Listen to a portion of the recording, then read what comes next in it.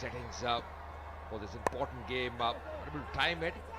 The length has been very good. Also the line.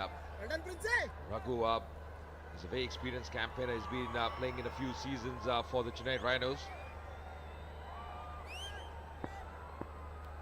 Absolutely, hordes and crowds just definitely upping the ante and increasing this festive spirit on this Christmas Day.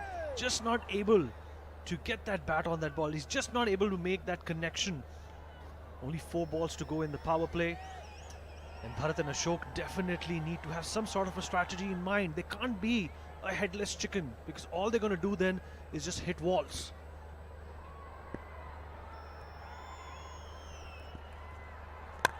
फिर से अगर आप लेन देखें, बहुत बढ़िया है, फटो मुश्किल में, बहुत मुश्किल में, और यह एक और विकेट मिलेगी। ये तो शुरुआत बहुत ही खराब, लगातार विकेट गिर रहे हैं, 2 रनआउट हो चुके हैं, यहां भी अब थोड़ा आगे निकल गए, तालमेल में कमी, और समझ नहीं आ रहा क्या हो रहा है। चेन्नई राइनोज दबाव में शुरू से ही 7 रन पे 3 विकेट।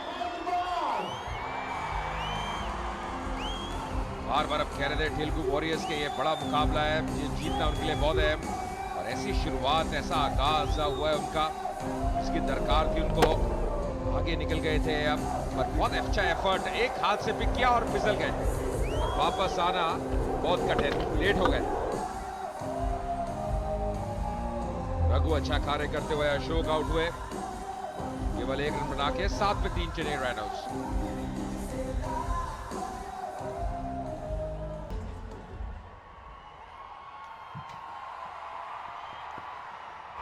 और आसमान से गिरे खजूर पे अटके चेन्नई राइनोज की मुसीबतें थमने का नाम ही नहीं ले रही हैं, और ये फिर कनेक्ट करने की कोशिश, but a futile effort. 3 wicket गंवा चुके हैं और सिर्फ 8 रन ही जोड़ पाए हैं अजय मेहरा। पावर प्ले चल रहे हैं, मुझे लगता है कि अभी तक पावर प्ले इसका सबसे कम स्कोर होगा ये।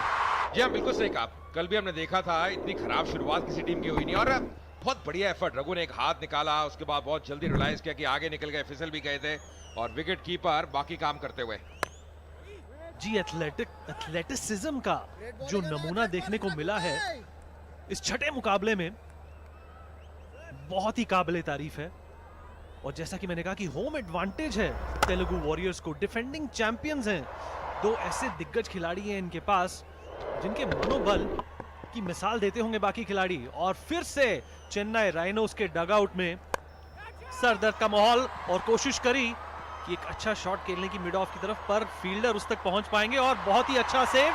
तो दूसरा फंबल, क्या खामियाजा होगा इसका? कुछ खास नहीं, सिर्फ 2 रन मिले। यहाँ तीसरा ओवर चल रहा है, अब डबल फिगर्स में आई है चेन्नई राइनोज की टीम, तो जो शुरुआत है बहुत बढ़िया नहीं, अब ये भी एक अच्छा ओवर अभी तक रघु का। अखिल ने एकदम जब टॉस जीता, विनीत तो एकदम निर्णय लिया कि हम पहले गेंदबाजी करेंगे, क्योंकि उनकी जो बैटिंग है उसमें काफी ताकत है। ये बढ़िया शॉट और सीधा फील्डर के हाथ में। 3 ओवर की समाप्ति, 10 पे 3। Is it something that they can overcome? Shantanu and Bharat will try and hold fort, and Qayyum is the man with the ball, and Telugu warriors का खेमा उजाले से भरपूर, उजाला स्माइल्स का, उजाला अच्छी क्रिकेट का। कल भी इनका बहुत बढ़िया स्पेल था कयूम का, जैसे उन्हें गेंदबाजी की थी, अब अपनी गेंदबाजी विविधता दिखाते हैं, क्रीज का अच्छा इस्तेमाल करते हैं, और पहली गेंद अगर आप देखें तो जैसे इनका एक्शन है, गेंद अंदर की तरफ आएगी, जैसे गेंद को पकड़ते हैं, बहुत लंबा रनअप नहीं है विनीत, पर गेंद को अंदर लेके आते हैं।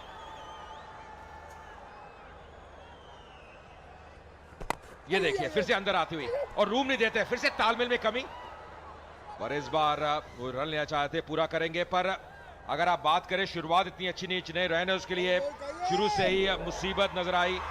पहले ये झटका लगा, तालमेल में कमी, काफी आगे निकलाए थे, और जो रनर है वो पहुंच नहीं पाए, डायरेक्ट हिट, ये पहली गेंद पे हुआ था, और उसके बाद क्रॉस लाइन खेलने का प्रयास, वहां भी सफलता मिलती हुई, वो दूसरी विकेट थी। अजय, इस किस्म का एक तरह से दर्दनाक शुरुआत एक बल्लेबाज के लिए कितनी बड़ी शिकन का सबब बन सकता है। अब मध्य क्रम जो है सारा दारोमदार उन पर आ गया, उनके नाजुक कंधों पर आ गया, और फॉर्मेट भी सिर्फ 60 गेंदों का है। ये क्या बीत रही होगी उन पर। बिल्कुल सही कहा विनीत, क्योंकि देखिए दबाव आ जाता है जब आप शुरू में विकेट गवा देना, फिर मध्य क्रम के ऊपर दबाव अलग है।